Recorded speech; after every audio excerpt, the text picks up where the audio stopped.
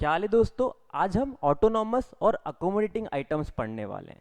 जब भी हम बैलेंस ऑफ पेमेंट पढ़ते हैं तो बैलेंस ऑफ पेमेंट क्या होता है, करंट अकाउंट क्या होता है, सरप्लस अकाउंट क्या होता है, कौन कौन से आइटम्स करंट अकाउंट में आते हैं, कौन से आइटम्स कैपिटल अकाउंट में आते हैं, डेफिसिट क्या होता है, सरप्लस क्या होता है, डिसइक्विलिब्रियम क्या होता है, कॉजेज क्या होते हैं, उसके सब पढ़ लेते हैं। लेकिन हम लोग ऑटोनॉमस और अकोमोडेटिंग आइटम्स कहीं ना कहीं भूल जाते हैं।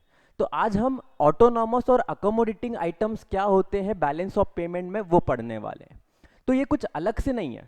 बैलेंस ऑफ पेमेंट में जितने भी इंटरनेशनल ट्रांजैक्शंस को रिकॉर्ड किया जाता है उन्हीं में से कुछ आइटम्स ऑटोनॉमस आइटम्स कहलाते हैं और कुछ आइटम्स अकोमोडेटिंग आइटम्स कहलाते हैं। चलिए देखते हैं कि कौन से आइटम्स ऑटोनॉमस कहलाते हैं और कौन से अकोमोडेटिंग कहलाते हैं। पहला मेरा ऑटोनॉमस आइटम्स।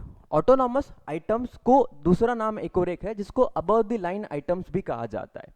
ऑटोनॉमस आइटम्स मतलब वो सारे ट्रांजैक्शंस, वो सारे इंटरनेशनल ट्रांजैक्शन जो प्रॉफिट अर्निंग मोटिव से किए गए, जैसे एग्जांपल के तौर पर इंपोर्ट किया है, एक्सपोर्ट किया है, जो भी ट्रांजैक्शंस आपने प्रॉफिट अर्निंग मोटिव से किए गए हैं उसको मैं ऑटोनॉमस आइटम्स कह सकता हूं। एग्जांपल लेते हैं हम कि सर बैलेंस ऑफ पेमेंट में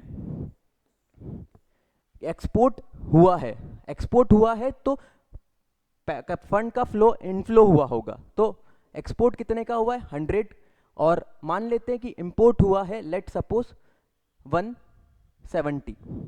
ठीक है, इंपोर्ट 170 का है और एक्सपोर्ट 100 का है।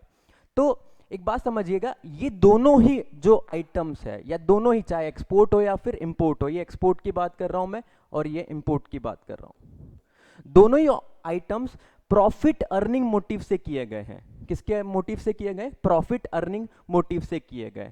ठीक है सर, पढ़ते हैं। Autonomous items are also known as above the line items. ठीक है, are those international transaction which happen due to profit earning motive. किस मोटिव से हुए? प्रॉफिट अर्निंग मोटिव से हुए हैं। अब देखिए इसमें यहां पर दोनों का मोटिव ये नहीं है कि बैलेंस ऑफ पेमेंट में सरप्लस हुआ है या डेफिसिट हुआ है उस वजह से इंपोर्ट किया जा रहा है, एक्सपोर्ट किया जा रहा है। नहीं, इंपोर्टर अपनी इंपोर्ट की रिक्वायरमेंट से इंपोर्ट कर रहा है, एक्सपोर्टर अपनी एक्सपोर्ट की रिक्वायरमेंट से एक्सपोर्ट कर रहा है। सेम विथ लेंडर और बोरोवर का रहेगा।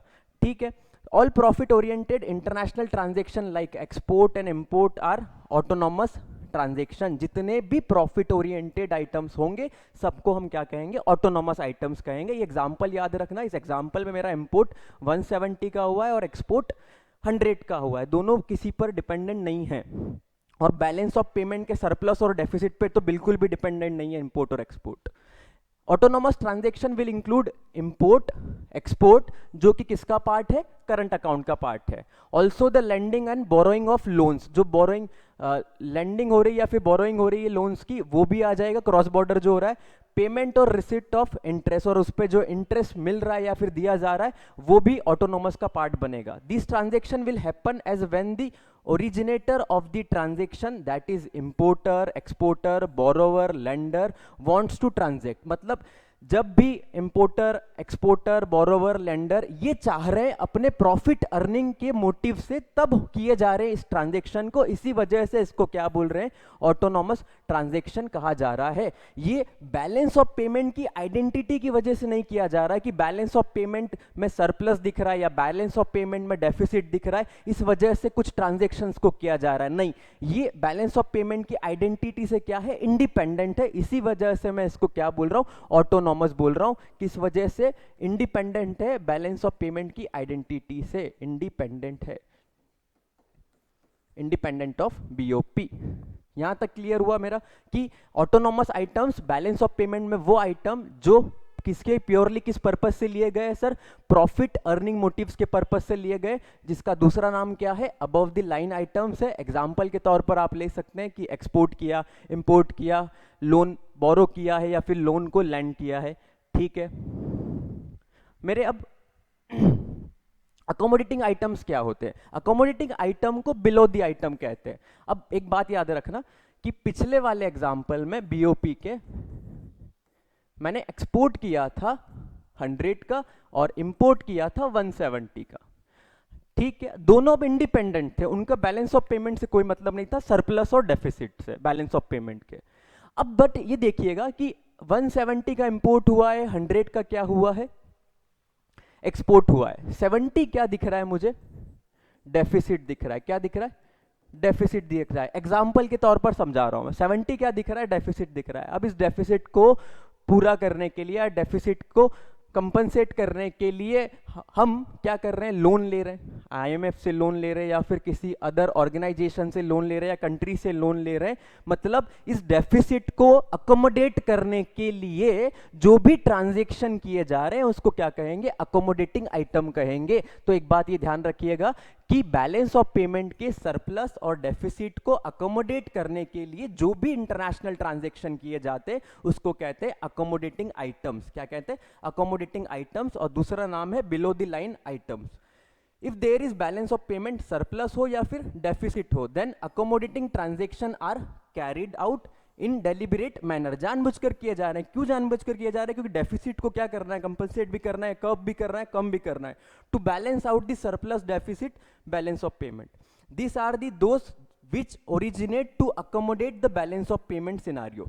देखिए, ऑटोनोमस ट्रांजैक्शन जो किए जा रहे थे वो बैलेंस ऑफ पेमेंट सिनारियो से बिल्कुल भी क्या थे सर, इंडिपेंडेंट थे। उनका बैलेंस ऑफ पेमेंट सिनारियो से कोई भी लेना देना ही नहीं था। अब ऑटोनोमस ट्रांजैक्शंस की वजह से बैलेंस ऑफ पेमेंट में मुझे सरप्लस या फिर डेफिसिट देखने को मिल रहा है। अब उस सरप्लस और डेफिसिट को अकोमोडेट करने के लिए जो भी इंटरनेशनल ट्रांजैक्शंस को किया जा रहा है उसको मैं क्या कह रहा हूं, अकोमोडेटिंग आइटम्स कह रहा हूं। एग्जांपल के तौर पर देख लेते। एग्जांपल क्या है, drawings from SDR, borrowings from IMF, Central Bank of other countries से borrowing, which have to met to correct the disequilibrium in the autonomous items of balance of payment। Example ले लेते हैं हम कि सर बैलेंस ऑफ पेमेंट में मुझे inflow कितना दिख रहा है, एग्जाम्पल वही है 170 दिख रहा है, और आउटफ्लो बेसिक आउटफ्लो कितना है 170 है, और इनफ्लो कितना दिख रहा है मुझे 100 ही दिख रहा है। ये मान के चलो ये आउटफ्लो है और ये इनफ्लो है। ठीक, ये बेसिकली क्रेडिट हुआ है और ये क्रेडिट हुआ है और ये डेबिट हुआ है।